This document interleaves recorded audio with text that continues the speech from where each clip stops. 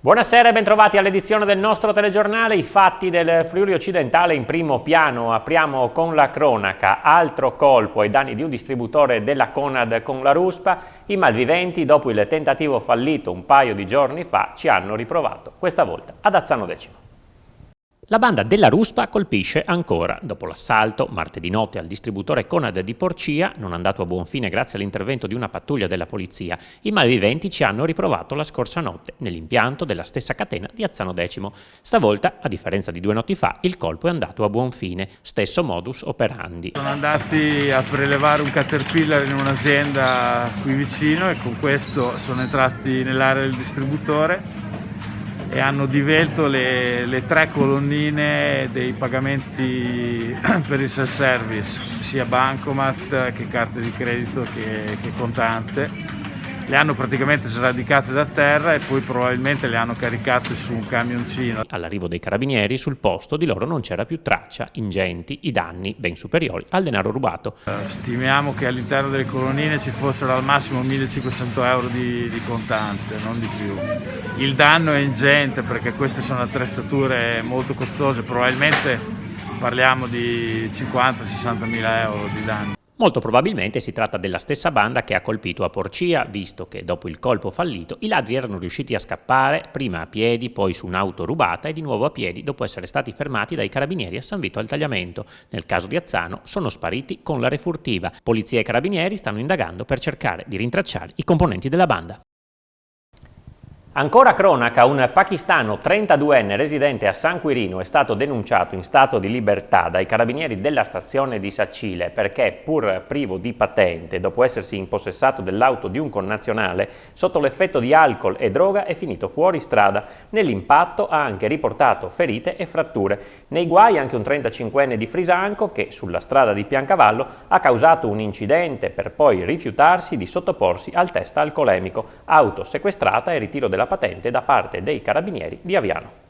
E passiamo al consueto report sul fronte coronavirus. Oggi in Friuli Venezia Giulia su 5.957 tamponi molecolari effettuati sono stati rilevati 228 nuovi contagi con una percentuale di positività del 3,83%.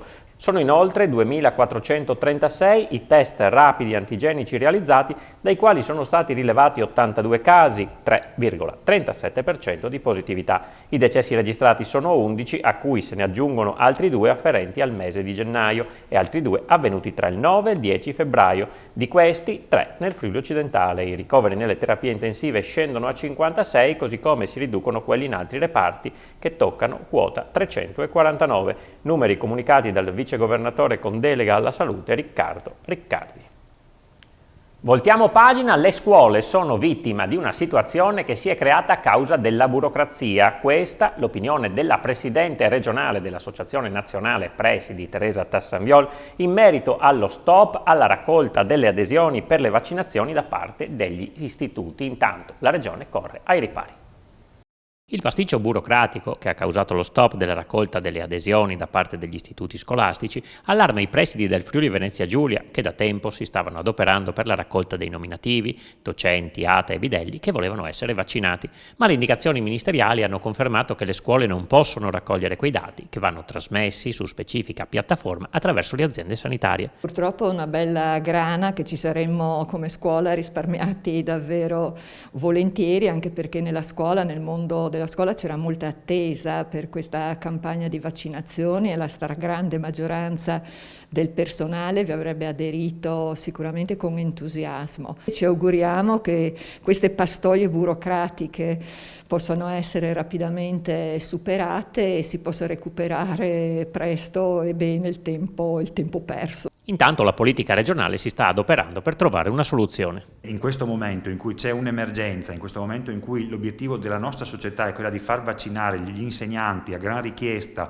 per poter garantire anche ai nostri ragazzi la prosecuzione dei percorsi di studi, non possono essere i rivoli burocratici a fermare il piano vaccinale, altrimenti ne usciremo sconfitti non tanto come scuola ma come intero sistema. E spero che questo non comprometta, non porti dei ritardi, perché la regione è partita partita lancia in resta, si arriveranno a tutte le dosi a fare le vaccinazioni, per cui una parentesi spiacevole da dirigente della scuola, superabile fortunatamente, e adesso avanti tutta per far sì che le scuole possano continuare a funzionare con i professori vaccinati. Tutto da rifare quindi quando pareva fossero imminenti le somministrazioni. Per i presidi, una volta risolta la questione, la priorità è quella di partire dagli asili. Sicuramente vanno tutelate innanzitutto le insegnanti, sono prevalentemente insegnanti donne della scuola dell'infanzia, perché ricordo che nella scuola dell'infanzia i bambini frequentano senza uso di mascherina, senza distanziamenti. Ricordo che in questi tempi si vanno diffondendo delle varianti che coinvolgono anche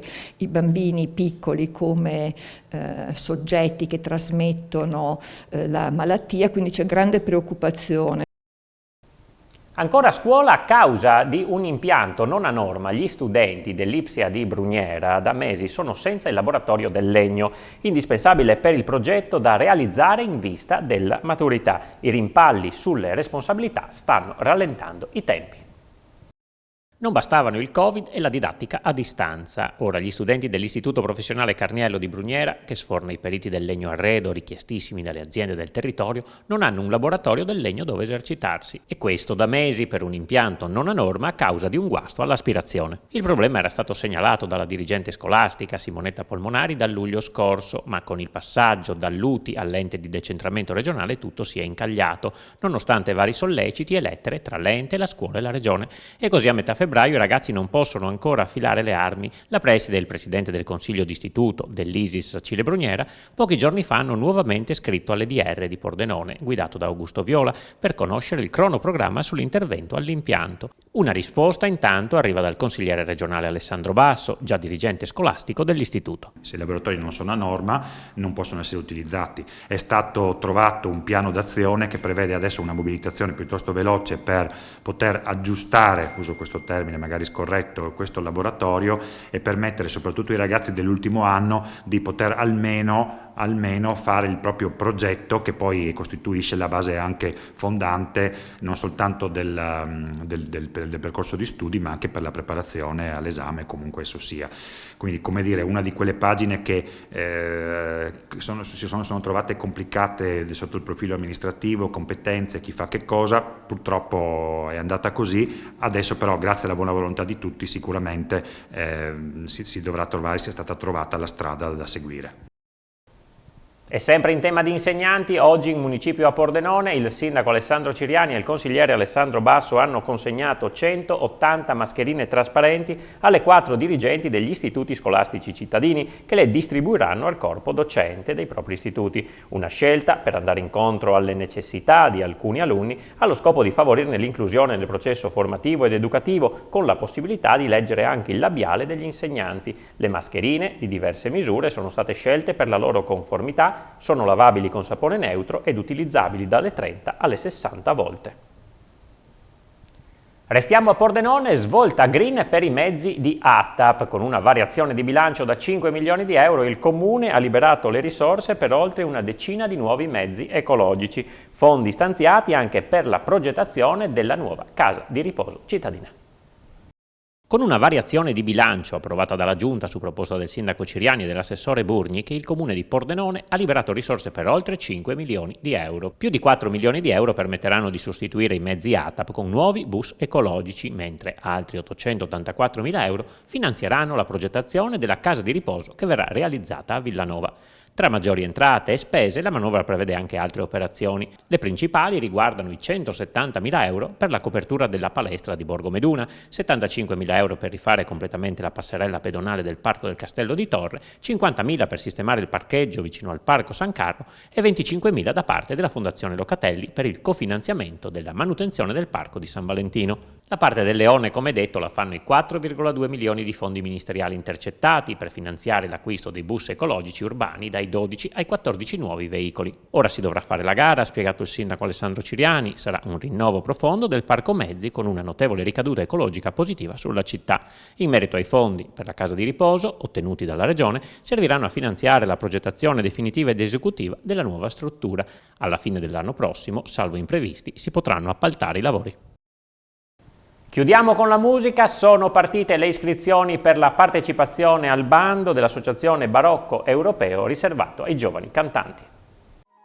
L'Associazione Barocco Europeo riparte dai giovani. Saranno 20 le personalità di spicco del mondo musicale internazionale a valutare le audizioni per il nuovo progetto di produzione per il 2021, che offrirà ai giovani cantanti la possibilità di farsi conoscere e di mettersi in gioco. L'occasione sarà data dalla partecipazione all'allestimento dell'intermezzo barocco L'impresario delle Canarie, operina settecentesca del compositore Domenico Sarro, su libretto di Metastasio, della quale il Festival Musica Antica ospiterà il debutto a Sacile nel prossimo mese di agosto. Un progetto, questo, è realizzato con il contributo di Regione, Fondazione Friuli, Comune di Sacile e di altri partner. I cantanti avranno tempo fino al 15 maggio per l'iscrizione al bando, riservato ai nati dopo il 1 gennaio 1989, inviando delle arie in file audio-video, materiale che poi sarà valutato nelle preselezioni da remoto dalla giuria, composta da cantanti, musicisti, direttori d'orchestra, sovrintendenti, giornalisti, musicologi, discografici, esperti di comunicazione, tra i quali il contralto Sara Mingardo e i mezzosoprani Vivica Genot e Monica Bacelli. I migliori 3 mezzosoprani e baritoni si contenderanno i ruoli di Dorina e Nibbio con un'audizione in presenza a Sacile il 27 giugno, di fronte a una commissione ristretta formata, oltre che dalle 3 cantanti già citate, da Gianni Tangucci del Maggio Musicale Fiorentino, Giulio Prandi del Centro di Musica Antica della Fondazione Ghisleri, Roberta Pedrotti, direttrice dell'Ape Musicale, Danilo Boaretto, direttore responsabile di Opera Click, e dai registi Cesare Scarton ed Eva Kribernik, ai quali sarà affidato l'allestimento scenico dell'opera. Lo spettacolo, la cui scenografia sarà realizzata dagli allievi dell'Accademia di Belle Arti di Venezia, sarà in scena ad agosto a Sacile, a Trieste per la Società dei Concerti, in Slovenia per il Festival Teatrum Mundi di ottobre. Per questa sera è tutto, ma restate sintonizzati su Telefriuli perché tra poco arriva la finalissima della Coppa dei Campioni di Lo Sapevo, il quiz condotto da Alexis Sabo, così potete anche voi divertirvi a giocare con le Proloco in gara. L'appuntamento invece con il telegiornale di Pordenone ritorna lunedì alle 20:45. Grazie per essere stati con noi, buona serata.